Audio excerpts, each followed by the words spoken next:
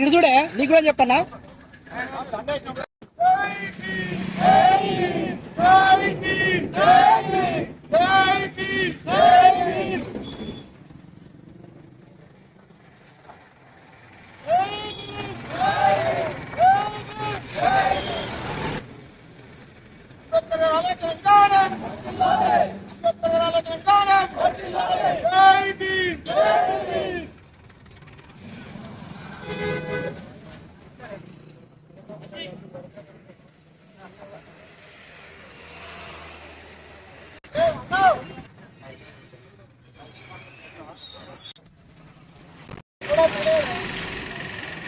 चलो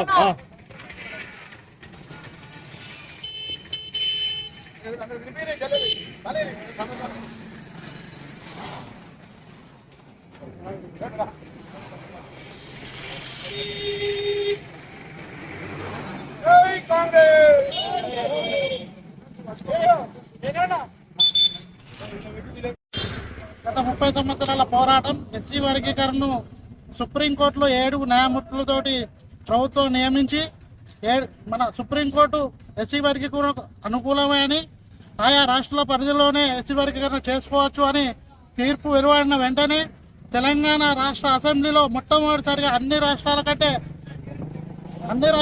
ముందే ఎస్సీ వర్గీకరణ చేస్తా అని గౌరవ ముఖ్యమంత్రి రేవంత్ రెడ్డి గారు హామీ ఇవ్వడం జరిగింది. అందులో భాగంగానే అసెంబ్లీలో బిల్లు పెట్టి నిన్న అసెంబ్లీ సాక్షిగా బిల్లు పాస్ అయిన సందర్భంగా గౌరవ మంత్రివర్గానికి, ముఖ్యమంత్రి గారికి, అందరికీ ఎస్సీల తరఫున, మాదిగా జాతి తరఫున ధన్యవాదాలు తెలియజేస్తాం.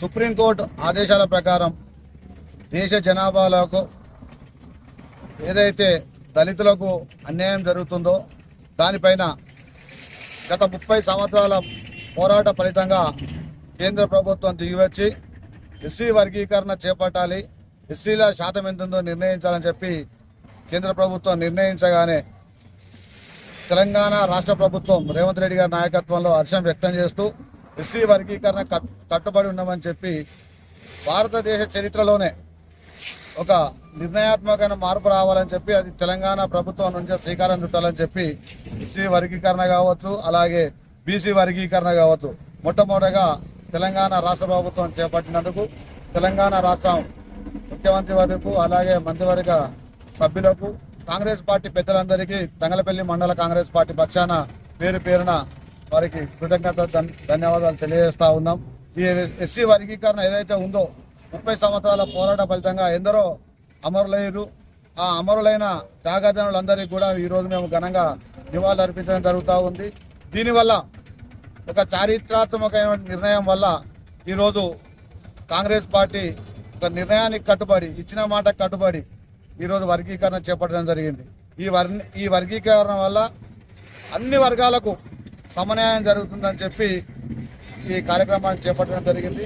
ఈ కార్యక్రమం వల్ల ప్రతి ఒక్కరూ అభివృద్ధి, సంక్షేమం దిశగా ఈ తెలంగాణ రాష్ట్రం ముందడుగు వేస్తుందని చెప్పి కోరుకుంటూ మరొకసారి ఎస్సీ వర్గీకరణ కావచ్చు, బీసీ వర్గీకరణ కావచ్చు, బీసీ కులగణన, ఎస్సీ వర్గీకరణ చేసిన ప్రభుత్వ పెద్దలందరికీ ఆమోదం తెలిపిన, అసెంబ్లీ సాక్షిగా ఆమోదం తెలిపి చట్టం ఏర్పాటు చేసిన పెద్దలందరికీ కూడా మండల కాంగ్రెస్ పార్టీ పక్షాన ధన్యవాదాలు చెప్తా ఉన్నాం.